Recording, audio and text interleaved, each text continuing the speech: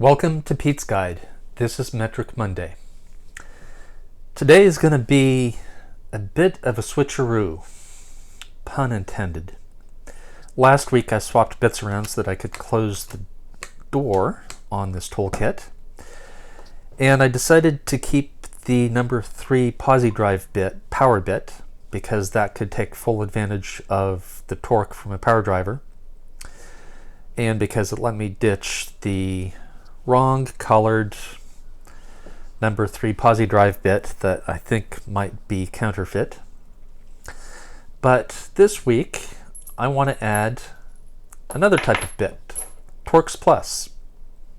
And I expect this to have much more torque than the number 3 posi drive. But the problem is Torx Plus screws come in two sizes, a TP27 and TP30, much like several of the other sizes. Then there's Allen, which requires 3 sizes. So I only have 1 power bit slot left. So that means I need to make a couple compromises. So I'm going to pull out the number 3 posi drive power bit, and that makes room for the Torx Plus 27 and the Torx Plus 30. But now I've got an issue with the insert bits in that I have Phillips ACR and JIS, and I think I've got duplication here. I think because I no longer have posi drive, I think what I should do is pull out the Phillips number 3,